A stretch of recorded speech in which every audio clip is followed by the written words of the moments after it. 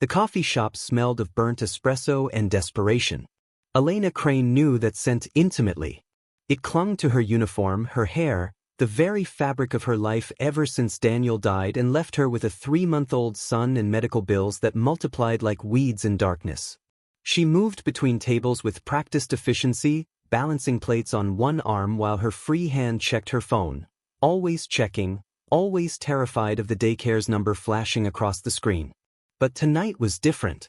Tonight, the daycare had called at 4 p.m. with words that still echoed in her skull. "We have a suspected flu outbreak. You need to pick up Liam immediately. We're closing for the week." A week. 7 shifts she couldn't afford to miss. 7 days without childcare in a city where babysitters cost more per hour than she made slinging coffee. So she'd done the only thing she could. She'd brought him with her. Liam sat in his carrier beneath the counter, miraculously asleep despite the clatter of dishes and the hiss of the espresso machine. Elena worked with one eye always on him, her heart a constant knot of anxiety. How long before he woke? How long before Marcus, her manager, noticed and sent her home without pay? The dinner rush had thinned to a handful of stragglers when it happened. Liam's cry started small, a whimper that might have been a dream. Then it escalated. Sharp, insistent, the kind of wail that announced a baby's needs to everyone within a 3-block radius. Elena's hands were elbow-deep in dishwater, 3 orders waiting, Marcus already glancing her way with that expression she'd learned to dread.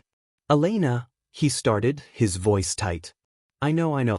Just give me 2 minutes. You can't have a baby here. Health code." "Please, Marcus. I just need to finish this shift. He'll calm down, I promise." But Liam's cries intensified, raw and primal. Other customers were looking now, some annoyed, others sympathetic. Elena felt her world narrowing to a pinpoint of panic. If she lost this job, she lost everything. The apartment, the groceries, the tiny thread of stability she'd clawed together from Daniel's ashes. She dried her hands frantically, reaching for the carrier, her mind already racing through impossible calculations. Could she work one-handed? Could she somehow soothe him while taking orders? "Excuse me." The voice came from the corner booth. Deep, quiet, carrying an accent she couldn't quite place, something old, European, velvet over stone. Elena turned. The man sat alone in the shadows where the overhead lights didn't quite reach. She'd noticed him earlier, impossible not to. He was the kind of beautiful that didn't belong in places like this, too refined, too otherworldly.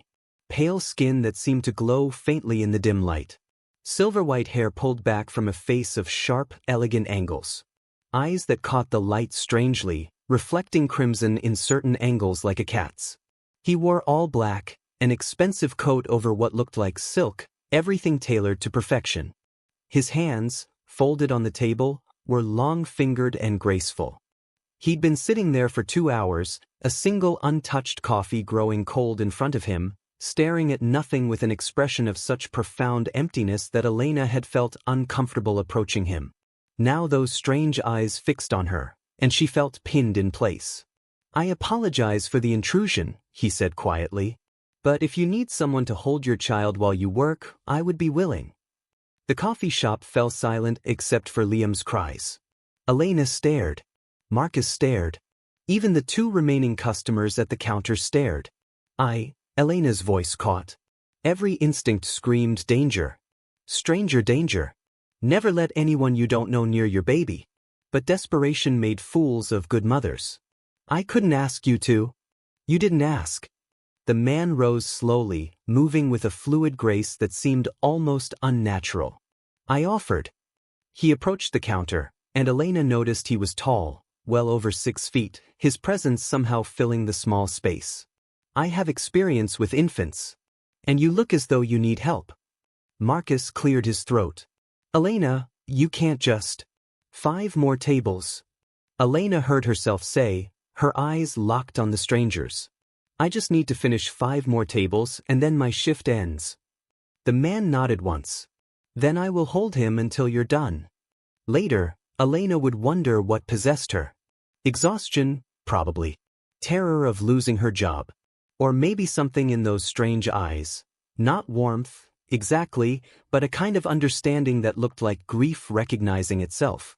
She lifted Liam from his carrier, his small body rigid with crying, and held him out.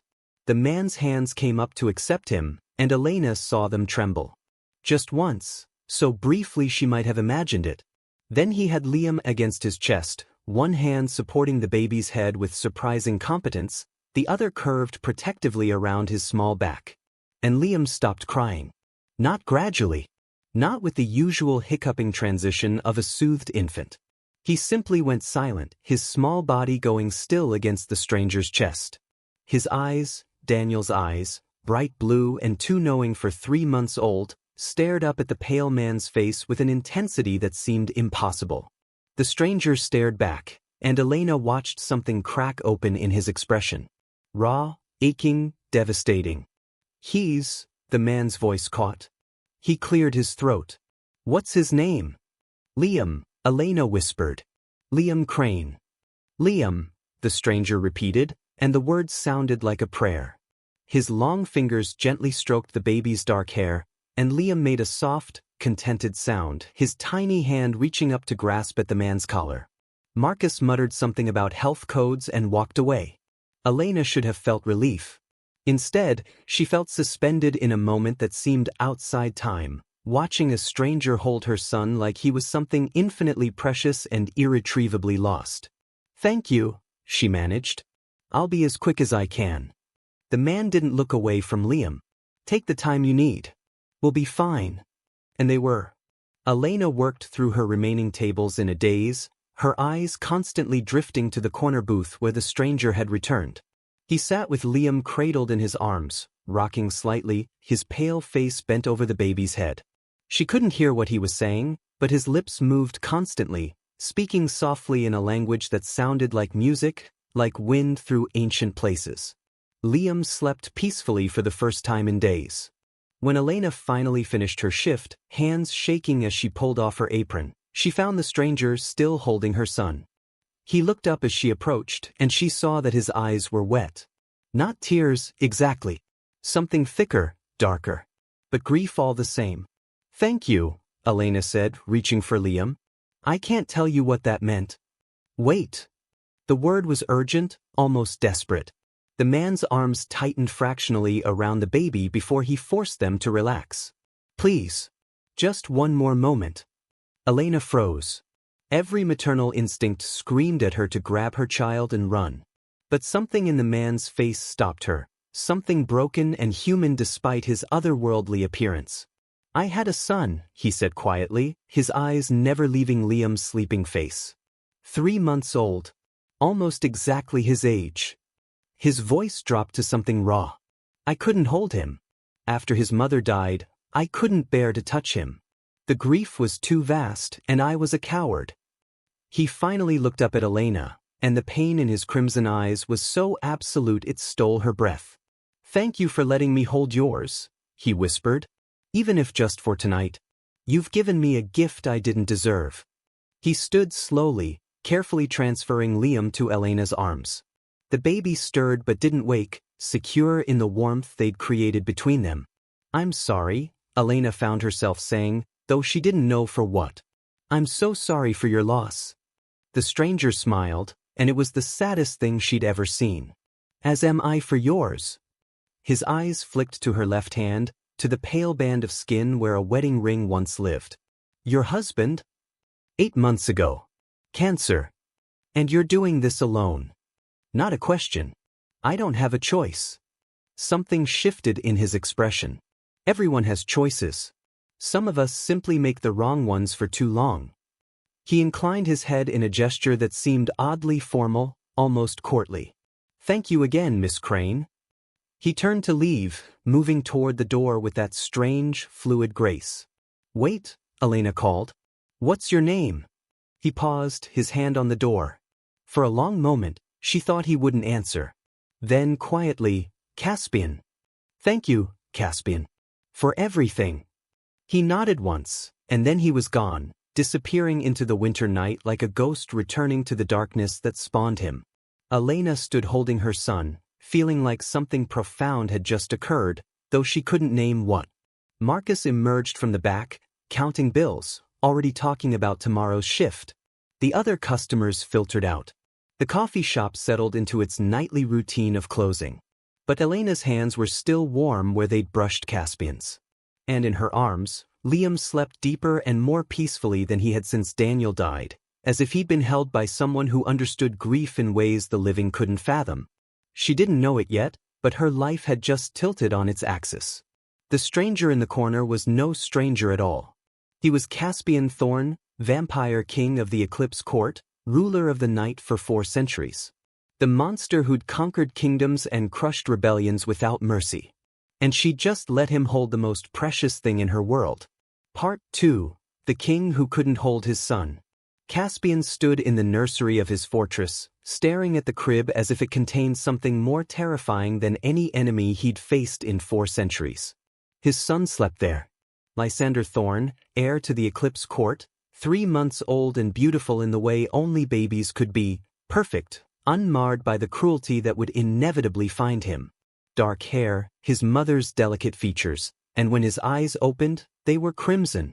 Pure vampire, no human weakness to dilute the bloodline. The court had celebrated his birth with 3 days of revelry.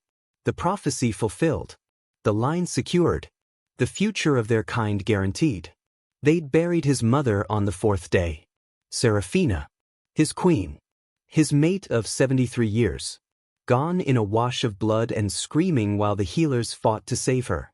She'd hemorrhaged during the birth, some incompatibility between their bloodlines that no one had foreseen, some cruel twist of fate that stole her away while their son took his first breath. She'd held Lysander once. Just once, her hands trembling with weakness, her crimson eyes already dimming. "Promise me," she'd whispered. "Promise you'll love him enough for both of us." Caspian had promised. Liars always did. Because the truth was he couldn't bear to touch his son. Couldn't hold him without feeling Seraphina's blood on his hands.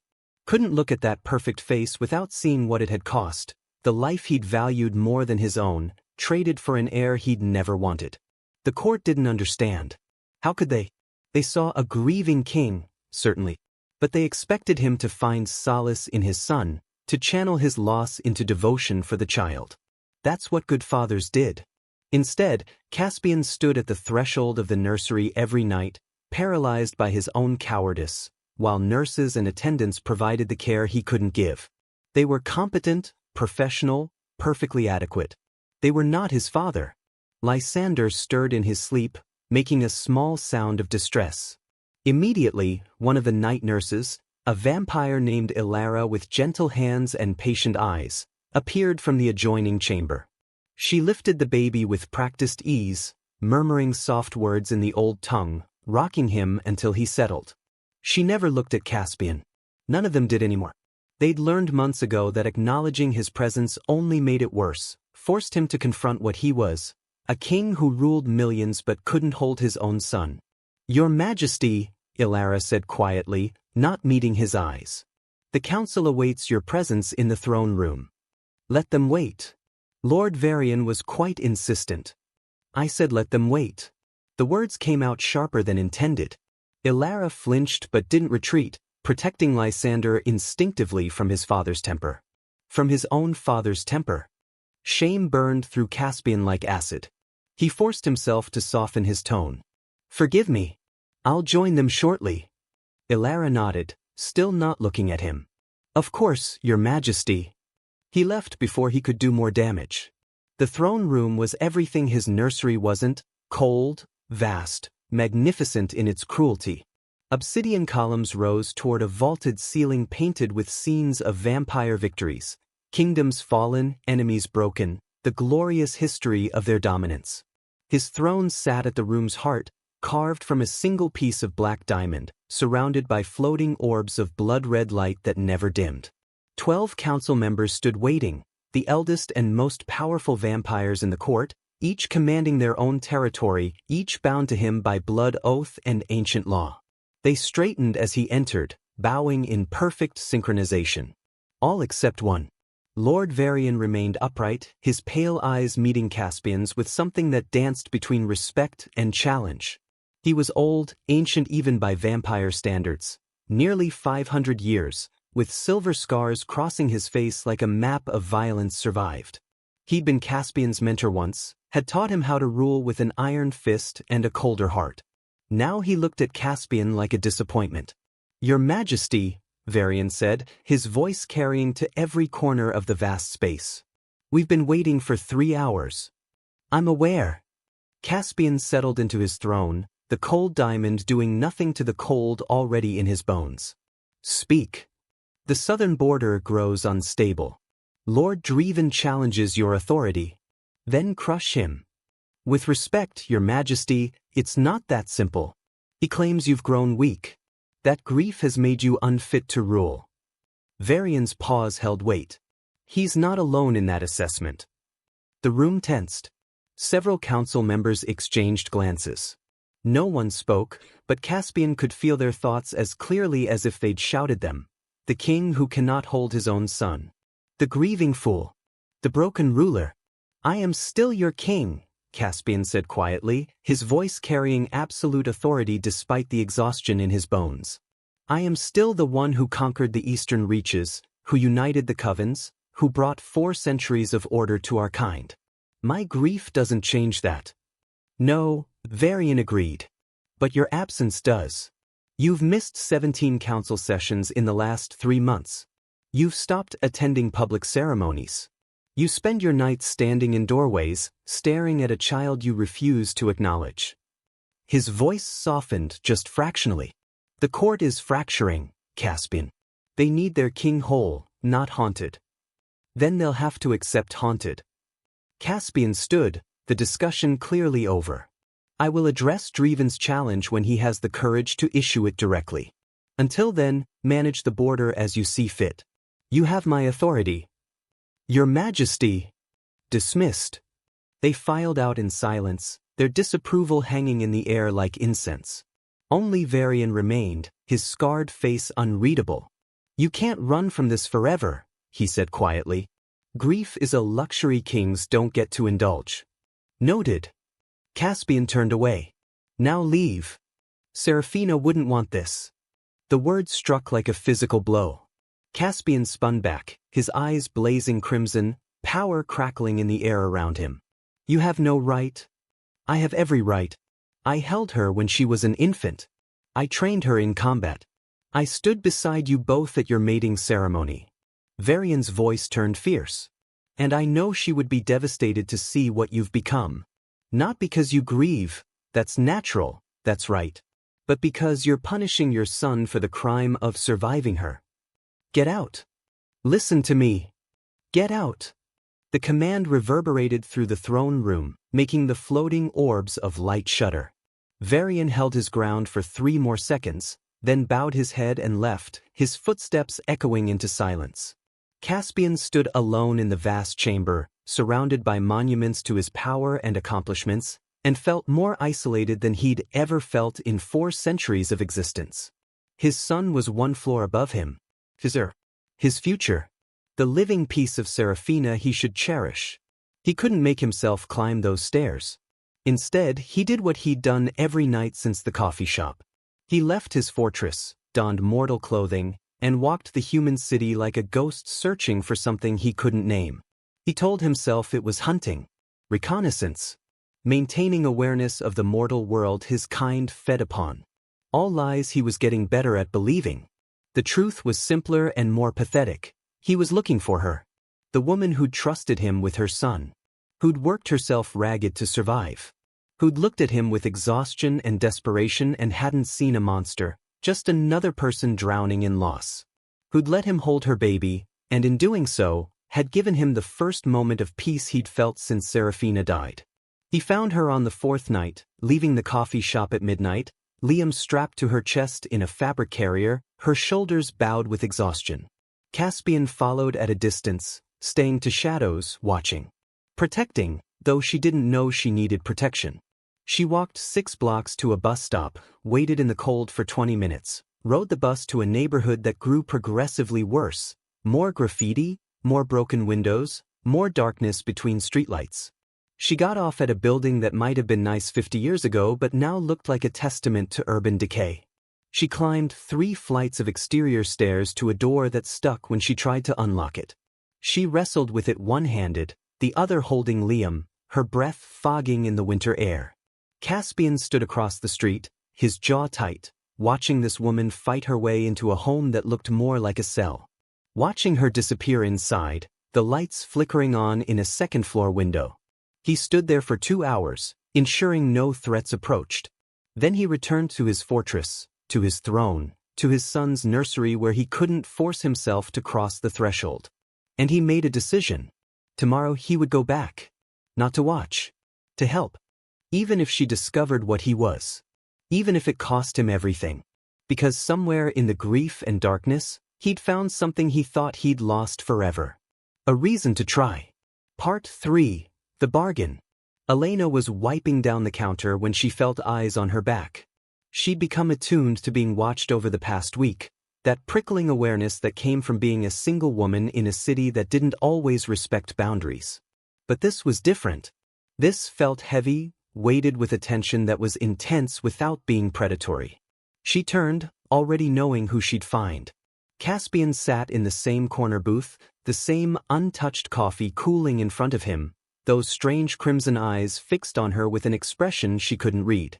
He'd been there every night for 5 nights straight, always arriving an hour before closing, always ordering a single black coffee he never drank, always leaving without a word. Marcus had started calling him the ghost because of how quietly he appeared and disappeared. The other waitresses found him unsettling, too beautiful, too still, something about him that set off ancient prey instincts. They made Elena take his section, claiming she was the only one he didn't stare at like a specimen under glass. That was a lie. He stared at her constantly. But not at her, exactly. At Liam, sleeping in his carrier beneath the counter, or fussing in Elena's arms when she couldn't find anyone to watch him. Every time the baby cried, Caspian's hands would clench on the table. Every time Elena soothed him, something in that pale face would soften fractionally. It should have been creepy. Instead, it felt like being seen. The dinner rush had thinned to nothing, and Marcus had already disappeared into his office to count out the till. Elena approached Caspian's table slowly, coffee pot in hand. "Can I get you anything else?" she asked, nodding at his untouched cup. "Something you might actually drink?" His lips twitched. Not quite a smile, but close. "No, thank you. You know you're paying $3 a night for coffee you never touch."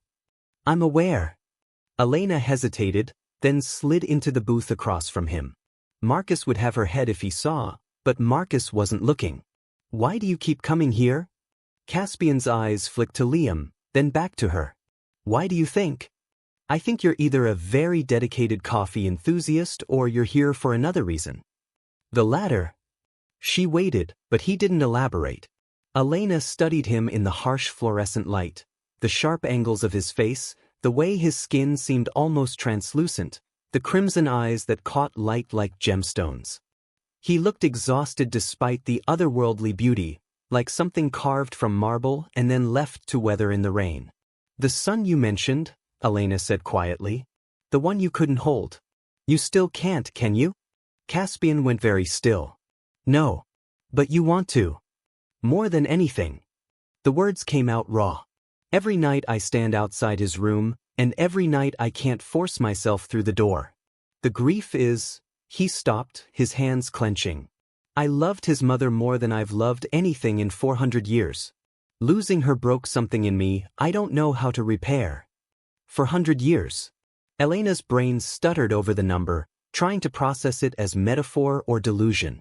But looking at him, at the ancient exhaustion in those eyes, she found herself believing. "What are you?" she whispered. Caspian held her gaze. "Do you really want to know?" Every rational instinct screamed at her to say no, to grab Liam and run, to never come back.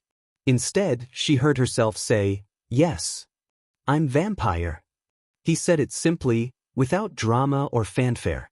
King of the Eclipse Court, ruler of the Night Territories for the last 4 centuries. A monster by most definitions. He paused. "And a coward by my own." Elena should have laughed. Should have called him crazy, made a joke, done anything to break the terrible sincerity in his voice. Instead, she looked at his hands, pale, elegant, too graceful to be entirely human. At his eyes, reflecting red like an animal's in certain light. At the way he never seemed to blink, never seemed to breathe. Vampire, she repeated. Yes. That's impossible. Most impossible things are. Until they're not. Caspian leaned forward slightly. I'm not here to hurt you or your son. I'm not hunting. I'm not, his voice caught. I just needed to be near someone who understood what it meant to keep breathing after losing everything. Elena's throat tightened. She looked down at Liam, sleeping peacefully in his carrier, blissfully unaware that his mother was having a conversation with something that shouldn't exist. Your son, she said carefully. Is he vampire too? Yes. Pure-blooded. His mother was. Caspian's jaw worked. She was everything. And I can't hold him without feeling her blood on my hands. It wasn't your fault. Wasn't it? She died giving me an heir I never wanted. Died because I was selfish enough to want a child, to continue my bloodline, to... He stopped abruptly, his hands trembling. I killed her. As surely as if I'd done it myself. Elena recognized that voice. She'd heard it in her own head every night since Daniel died, the what-ifs and the guilt and the crushing weight of surviving someone you loved. The irrational certainty that somehow, if you'd just been better, done more, been different, they'd still be alive. You didn't kill her, Elena said quietly. Childbirth did. Biology did. Terrible, random chance did. She reached across the table, her hand hovering over his. You're grieving. But punishing yourself won't bring her back. And punishing your son. I know. The words came out broken. Gotta know. But knowing and being able to change are different things. They sat in silence for a long moment, two people drowning in loss, reaching for each other across a divide that should have been insurmountable. Finally, Elena said, What if I helped you? Caspian's eyes snapped to hers. What? You helped me. That first night, you held Liam when I was desperate. Let me return the favor. She took a breath. Bring your son here. Let me show you how to hold him again. You don't understand what you're offering. I understand that you're in pain. That your son needs his father. That grief is easier when you're not carrying it alone. Her voice softened. Let me help. Caspian stared at her as if she'd offered him salvation he didn't deserve. But you just learned I'm a monster. Most humans would run. Most humans haven't spent 8 months learning that survival means accepting help from unexpected places. Elena glanced at Liam. Besides, you held my baby like he was precious. That doesn't feel like a monster to me. You have no idea what I'm capable of. No, she agreed. But I know what you're capable of right now, in this moment. And that's all that matters. For the first time since Serafina died, Caspian felt something crack open in his chest. Not hope, he didn't deserve hope. But possibility. The smallest glimmer of it, fragile as starlight. Tomorrow night, he said quietly. After you close. I'll bring Lysander. Elena nodded. I'll be here. Caspian stood slowly, leaving money on the table, far more than the coffee cost. Thank you. For, his voice caught. For seeing me. We're all just trying to be seen, Elena said softly. Even the immortal ones. He left, disappearing into the winter night. Elena sat alone in the empty coffee shop, holding her sleeping son, and wondered what she'd just agreed to. Behind the counter, Marcus emerged from his office, counting bills. Was that guy bothering you? No, Elena said, surprised by how much she meant it. He was asking for help. Weird way to ask. Yeah, Elena agreed, watching the door where Caspian had vanished. I guess it was. That night, as she rode the bus home with Liam warm against her chest, Elena felt something she hadn't felt since Daniel died, purpose. Not just surviving but matching. Being needed by someone whose pain mirrored her own. She didn't know yet that she'd just invited a vampire king into her life. That his court would see her as a threat, a weakness, a human who'd made their ruler soft. She didn't know that loving a monster came with consequences written in blood and shadow. But she'd learn. They both would. Part 4, First Touch. Caspian stood outside the coffee shop at 12:47 a.m., holding his son for the first time in 3 months. Lysander was wrapped in expensive silk blankets embroidered with the Thorn family crest, a crown of thorns circling a crescent moon. His small face peeked out from the fabric, crimson eyes wide and alert, taking in the mortal world with an intensity that seemed impossible for an infant. He wasn't crying. He never cried anymore. The nurses said he'd simply stopped a month ago, as if he'd learned that no one who mattered would answer. That thought carved through Caspian like a blade. He'd had to fight the council to leave the fortress with Lysander. Lord Varian had been apoplectic. You're taking the heir into the mortal city? Unguarded? To meet with a human woman? Your Majesty, this is madness. Then let me be mad, Caspian had said, and brooked no further argument. Now he stood on the threshold, his dead heart hammering with something that felt disturbingly like fear. Through the window, he could see Elena wiping down tables, Liam sleeping in his carrier. The shop was empty except for them. Marcus had left an hour ago, trusting Elena to lock up. She looked up, saw him through the glass and smiled. A real smile, warm and tired and genuinely pleased to see him. Caspian pushed open the door. The bell chimed softly. Elena set down her cloth and approached, her eyes going immediately to the bundle in his arms. That's him. Yes. Lysander. Can I see?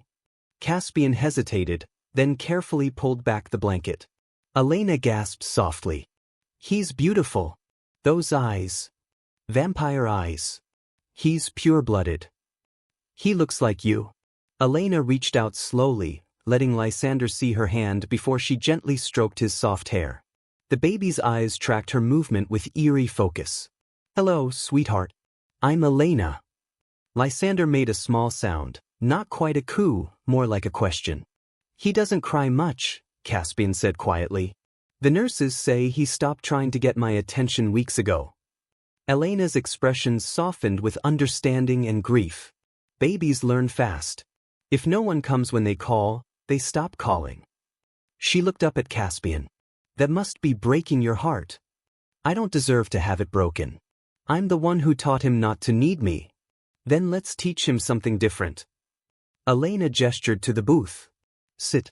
Let me get Liam, and we'll figure this out together.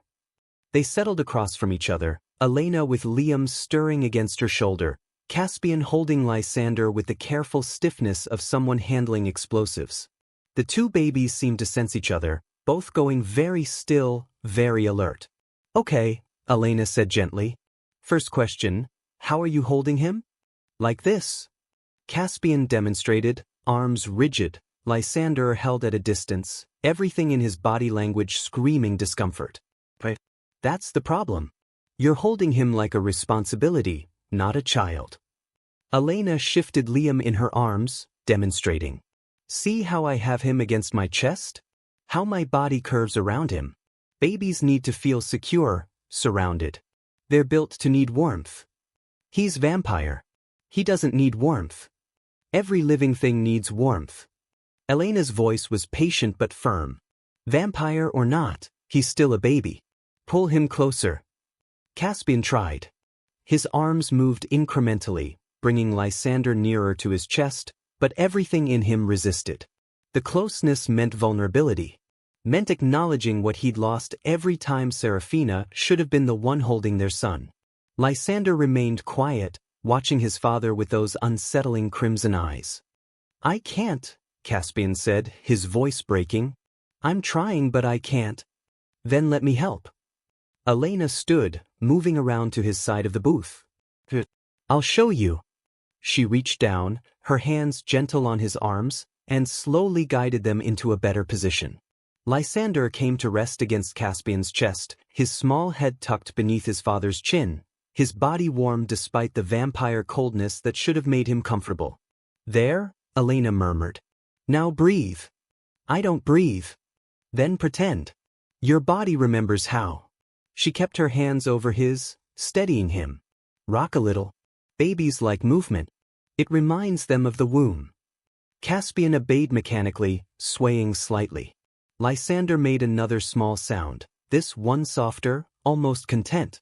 Good, Elena encouraged. See? He knows you. He's been waiting for this.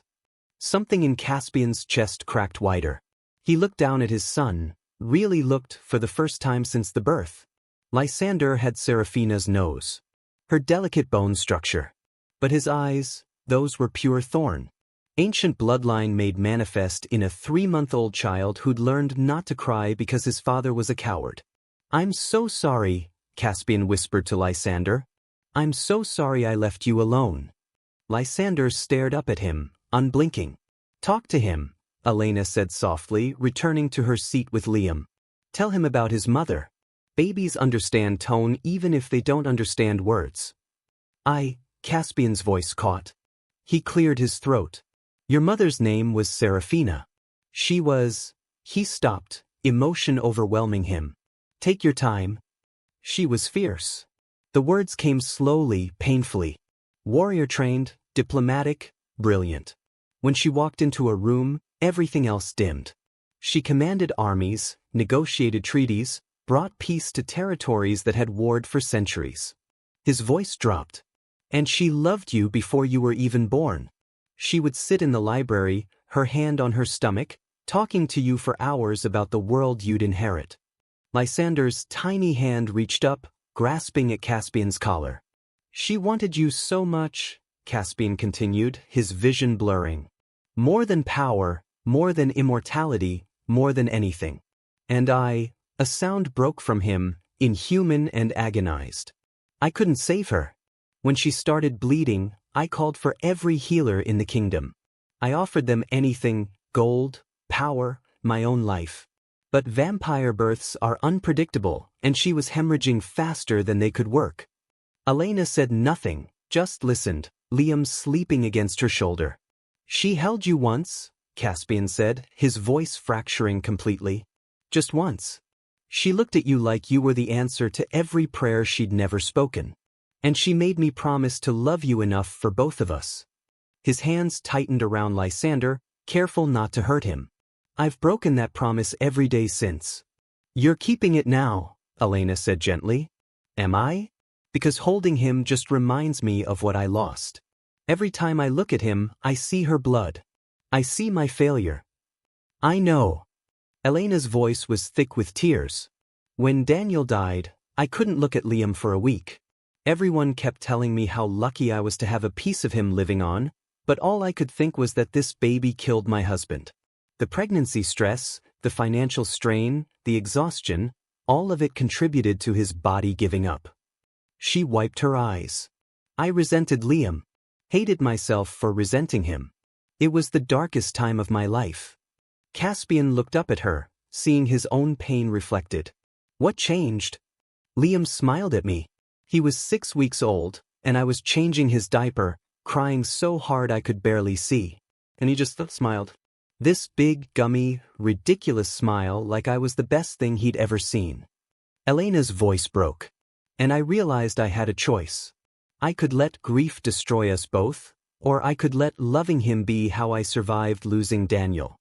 I don't know if I'm strong enough to make that choice. You don't have to be strong. You just have to be here. Present. That's all Lysander needs. Caspian looked down at his son, who was still watching him with those ancient eyes. Slowly, carefully, he bent his head and pressed his lips to Lysander's forehead. The baby's skin was cool against his own, vampire cold, a temperature that should have felt familiar. Instead, it felt like coming home to a house burned to the ground. But he didn't pull away. They sat like that for an hour. Elena and Caspian, Liam and Lysander, 2 grieving parents learning how to love in the wreckage of loss. Elena told him about Liam's routines, about teething and sleep schedules and the particular way babies liked to be held at 3 a.m. when nothing else would soothe them. Caspian listened, absorbing everything, his arms gradually relaxing around Lysander. The baby's eyes had drifted closed, his small body trusting enough to sleep against his father's chest. He's asleep, Caspian whispered, awed. You're doing it, Elena said, smiling. You're holding your son. Because of you. No. Because you were ready to try. When Lysander finally stirred, fussing slightly, Caspian felt panic spike. He's hungry. I don't know how to. Vampire's nurse? Elena asked, curious despite the strangeness of the question. Blood. Small amounts. The nurses prepare it. Caspian reached into the bag he'd brought, withdrawing a silver bottle with what looked like dark wine inside. His hands trembled as he tried to position it near Lysander's mouth. Here. Elena stood again, guiding his hands. Support his head more. Tilt the bottle at an angle so he doesn't swallow air. Between her instructions and his desperate attempts to follow them, Lysander began to feed. Small sips, his crimson eyes opening to watch his father with something that might have been recognition. Caspian's vision blurred again. He's eating. From me. You're his father. That's what he's been waiting for. When the bottle was empty and Lysander had been burped, an awkward, fumbling process that Elena coached him through with infinite patience, Caspian sat holding his son, feeling something shift fundamentally in his understanding of the world. He'd thought Seraphina's death had ended him. That he was just going through the motions of existence, ruling because he had to, surviving because stopping wasn't an option. But sitting in a closed coffee shop at 2 a.m., holding his son while a widowed waitress held hers, Caspian felt the first stirring of something beyond grief. Not happiness. Not yet. But possibility. The chance that maybe, possibly, he could learn to live again. Thank you, he said to Elena, his voice raw. For this. For him. You don't have to thank me. Elena smiled tiredly. We're helping each other survive. That's what we do. Caspian looked at her across the table. This extraordinary ordinary human who'd extended kindness to a monster without asking for anything in return, and felt something he'd thought dead awaken. Not love. He'd loved once, and it had destroyed him. But recognition. Understanding. The sense that perhaps he wasn't as alone as he'd believed. Same time tomorrow? Elena asked. Every night, Caspian heard himself promise. If you'll have us. We'll be here. They left together, walking out into the winter darkness. Elena locked up while Caspian held Lysander, the baby now sleeping peacefully, his small hand fisted in his father's expensive coat. Will you be safe getting home? Caspian asked, watching her strap Liam into his carrier. Same as always. Bus route, 3 flights of stairs, deadbolt that barely works. Everything in Caspian rebelled against the image. Let me send a car. No. Elena's voice was gentle but firm. I appreciate it, but I can't accept that. I need to stand on my own feet. Even when accepting help would make your life easier? Especially then. She adjusted Liam's blanket. Charity feels too much like pity. I'd rather struggle honestly than accept handouts.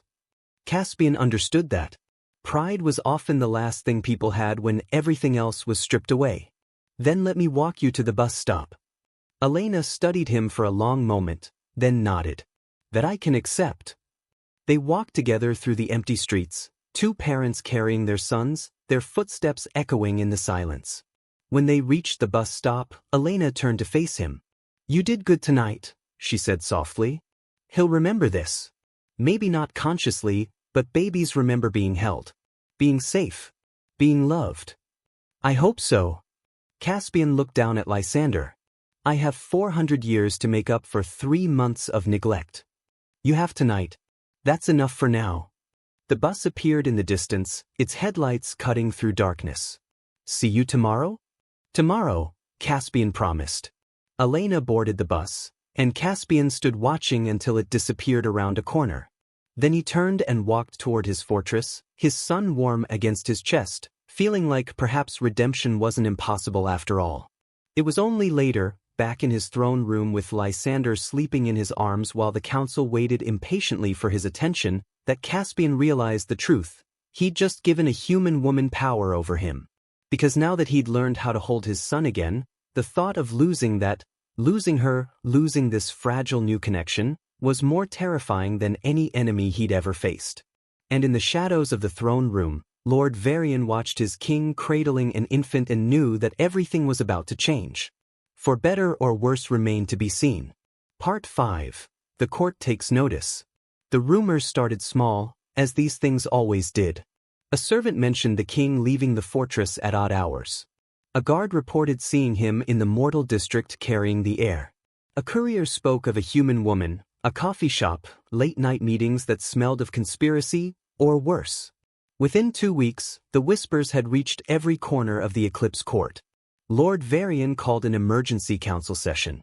Caspian arrived late, Lysander asleep in his arms. The sight alone was enough to send shock rippling through the assembled vampires. Their king, holding his son. Not passing him to nurses, not avoiding his presence. Holding him with the careful devotion of a father who'd finally remembered how. Your Majesty, Varian's voice was carefully neutral. We're pleased to see you've reconnected with the heir. Your pleasure is noted. Caspian settled into his throne, adjusting Lysander's blankets. The baby stirred but didn't wake. Now state your actual concern.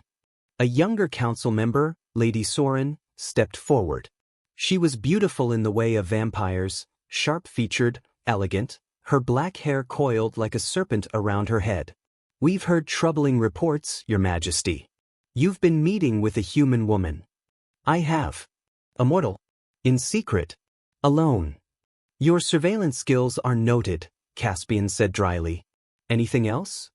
This is unprecedented, Lord Kieran interjected. His ancient face was carved with disapproval. Kings do not fraternize with humans. They are food, subjects, occasionally entertainment. But never equals. Did I claim her as an equal? You're treating her as one. Meeting her nightly, bringing her the air, discussing matters that should remain within this court. Lady Soren's eyes narrowed. Some might call it treason. The temperature in the throne room plummeted. Caspian's eyes blazed crimson, power crackling through the air. Several council members took involuntary steps backward. Treason, Caspian repeated softly, his voice carrying more threat than any shout. Against whom? Myself? I am the law in this court. What I do is by definition legal. But is it wise? Varian asked quietly. Your Majesty, we understand you're grieving. But forming attachments to mortals, it only ends in pain. They die. They're fragile in ways our kind cannot protect them from. I'm aware. Then why risk it? Lady Soren pressed. What could this human possibly offer that your court cannot provide? Caspian looked down at Lysander, whose small hand had found his finger and was gripping it with surprising strength. She taught me how to hold my son again. She gave me back something I thought I'd lost forever. Silence fell. She's a widow, Caspian continued, his voice quieter now. With an infant son and no support. She works herself to exhaustion every night just to survive. And when I offered her money, she refused. When I asked to help, she said she needed to stand on her own feet. He looked up, meeting their eyes. She has more honor than half this court combined. Honor doesn't make her less dangerous, Varian said. Your Majesty, if you've developed feelings. I haven't. Then what is she to you? Caspian considered the question. What was Elena? Not a lover, he'd touched her exactly twice, both times her hands guiding his to hold his son properly. Not a friend, not really, though friendship might be the closest word for what they were building. She's someone who understands, he said finally. That's rarer than you think. Lord Kieran shook his head. This will end badly. Mark my words, Your Majesty. Humans are not meant to exist in our world. The longer she remains close to you, the more danger she faces. From whom? From us. Lady Soren said it without apology. From the court, from rival territories, from anyone who sees proximity to you as valuable leverage. She's a weakness we cannot afford. Caspian's grip tightened on Lysander. She's under my protection. Anyone who touches her answers to me directly. And if that's not enough? Varian asked quietly. If someone decides she's worth the risk, then they'll learn why I've ruled for 4 centuries. Caspian stood, Lysander still cradled carefully against his chest. This discussion is over.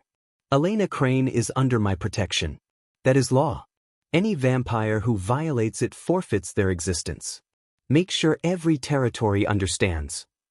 He left, Lysander beginning to stir against his shoulder, tiny sounds of waking. Behind him, the council erupted into heated argument. Only Varian remained silent, his expression troubled. He'd known Caspian for 300 years. Had seen him conquer territories, crush rebellions, rule with efficiency and calculated cruelty. He'd never seen him care before. Not like this. Not with the desperate edge of someone who'd found something precious and knew it was fragile. That was when Varian understood Elena Crane wasn't just a weakness. She was the weakness. The single point of vulnerability in an otherwise impenetrable king. And in their world, vulnerabilities didn't last long. Meanwhile, Elena had problems of her own. "You're being followed." Her coworker Sarah said it casually while refilling napkin dispensers, but her voice carried an edge. "That creepy pale guy isn't the only one watching you." Elena's hands stilled on the coffee pot. "What do you mean?" "Last 3 nights, there's been others. Different people, but all weird. Too still. Too focused. They sit in the back, order nothing, and stare at you until you close." Sarah lowered her voice. "One of them hissed at me when I asked if they needed anything. Like actually hissed." Vampires. Elena's stomach dropped. Caspian had said she was under his protection, but apparently his court didn't agree. "I'll handle it," Elena said, keeping her voice steady. "Handle it how?" "Elena, if you're in some kind of trouble." "I'm not. It's fine." But it wasn't fine. That night, after closing, Elena walked out to find 3 figures waiting across the street. 2 pale, 2 still, eyes that glowed faintly in the darkness. They didn't approach, didn't speak. Just watched. Elena clutched Liam's carrier closer and walked toward the bus stop, her heart hammering. The figures followed at a distance, close enough to intimidate, far enough to maintain plausible deniability. She'd made it half a block when Caspian materialized from the shadows. He didn't run. Didn't hurry. Just appeared like darkness given form, stepping between Elena and her pursuers with such absolute authority that all 3 vampires froze mid-step. "Leave." Caspian's voice carried no inflection. Just command. "My lord," one of them began, a female vampire with silver hair. "We meant no disrespect. We were simply... I know exactly what you were doing. Or I'll make examples of all 3 of you." They fled. Literally vanished into shadow, gone so fast Elena's eyes couldn't track their movement. Caspian turned to her, his expression carefully controlled. "Are you hurt?" "No. Just scared." Elena's hands trembled on Liam's carrier. "How long have they been following me?" "For days." Caspian's jaw tightened. "I've had my own guards shadowing you, ensuring they couldn't get close. But clearly I need to be more direct. Your court doesn't want me near you. My court doesn't dictate who I associate with." "Maybe they should." Elena's voice shook. "Caspian, I'm grateful for your help. But if being around me puts me and Liam in danger..." "It doesn't. They were testing boundaries. Now they know where those boundaries lie." He gestured down the street. "I'll drive you home. You don't have a car." "I do now." A black vehicle pulled up, expensive, gleaming, windows tinted dark enough to be illegal. The driver's side door opened, and a vampire in formal attire stepped out, bowing slightly. "My lord." "Thank you, Marcus." Caspian opened the back door for Elena. "Please." She should have refused. Should have maintained her independence like she'd been doing. But fear overrode pride. Elena climbed in, Liam's carrier beside her. Caspian settled across from her, Lysander beginning to fuss in his arms. Without thinking, Elena reached over. "May I?" He handed over his son, and Elena expertly soothed the baby, rocking him gently. Lysander settled immediately, his crimson eyes blinking up at her with that eerie intelligence. "He likes you," Caspian observed. "Babies can sense who's safe." Elena glanced at him. "Your court thinks I'm dangerous." "You are. Just not in the way they imagine." "What's that supposed to mean?" Caspian was quiet for a long moment, watching her hold his son. When he finally spoke, his voice was rough. "You make me remember what it feels like to be human. That's the most dangerous thing of all." Elena's breath caught. "Caspian, I'm not confessing feelings. he interrupted quickly. I'm stating facts. You've changed something in me, Elena. Made me want to be better, to try harder, he stopped. To live instead of just exist. Is that so terrible? For a vampire king? Kings don't get to be vulnerable. Don't get to care about mortals who'll die in the blink of an immortal eye. Don't get to, his voice broke. Don't get to hope. The car pulled up outside Elena's building. She looked at the 3 flights of exterior stairs, at the flickering security light, at the home that suddenly felt even more inadequate. Stay in the car a moment, Caspian said to the driver, then turned to Elena. I need to tell you something. Okay. My court is divided. Half see you as a passing distraction. The other half see you as a threat to my authority, proof that grief has made me weak. His crimson eyes held hers. If I continue seeing you, the threats will escalate. They'll test you, challenge you, try to force me to choose between my crown and... He stopped. And what? And whatever this is. He gestured between them. This thing I don't have words for. Elena's heart hammered. What are you saying? That we should stop meeting? I'm saying you deserve to know the risk. If you want to walk away, I'll understand. I'll ensure you're protected, that no vampire ever bothers you again. You can go back to your life and his voice roughened. I'll find another way to be a father to Lysander.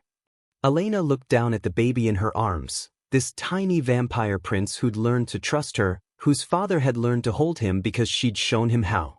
She thought about the past 2 weeks, about the late-night conversations while their sons slept, about the way Caspian smiled now when Lysander grabbed his finger. She thought about being alone. I'm not walking away, she said quietly. Caspian's expression cracked. Elena! I said I'm not walking away. You need help. Lysander needs both of us. And honestly... She met his eyes. I need this too. Need to know I'm not just surviving, but actually making a difference in someone's life. You'll be in danger. I've been in danger since Daniel died and left me with nothing. At least this danger has purpose. She handed Lysander back carefully. Same time tomorrow? Every night, Caspian promised, his voice thick. For as long as you'll have us. Elena climbed out of the car, Liam stirring against her shoulder. She walked up those 3 flights of stairs, unlocked her door, and disappeared inside. Caspian sat in the darkness of the car, holding Lysander, feeling like he'd just stepped off a cliff and was either flying or falling. He couldn't tell which. My lord, the driver asked quietly, should we return to the fortress? Yes. And Marcus? Double the guards on Miss Crane. No one gets within 100 feet of her without my knowledge. Already done, my lord. Caspian looked down at his son, who was watching him with those ancient eyes. Your mother would say I'm being a fool. Lysander made a small sound. Not agreement, not disagreement. Just acknowledgement.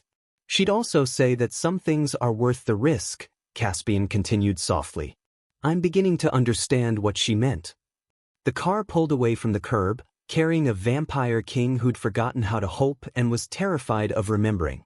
Behind them, in the shadows of Elena's building, 3 pairs of eyes watched from the darkness. Lord Varian's messenger whispered into a communication crystal. The human refused to leave. The king is compromised. In the Eclipse Court throne room, Varian received the message and closed his eyes. He'd hoped Elena would choose survival over whatever attachment she was forming. Instead, she'd chosen exactly what Caspian needed and what the court feared most, loyalty. Summon Lady Soren, Varian said to his attendant. Tell her it's time we had a conversation about the king's new weakness. The game had begun. And in vampire courts, games always ended in blood. The question was, whose?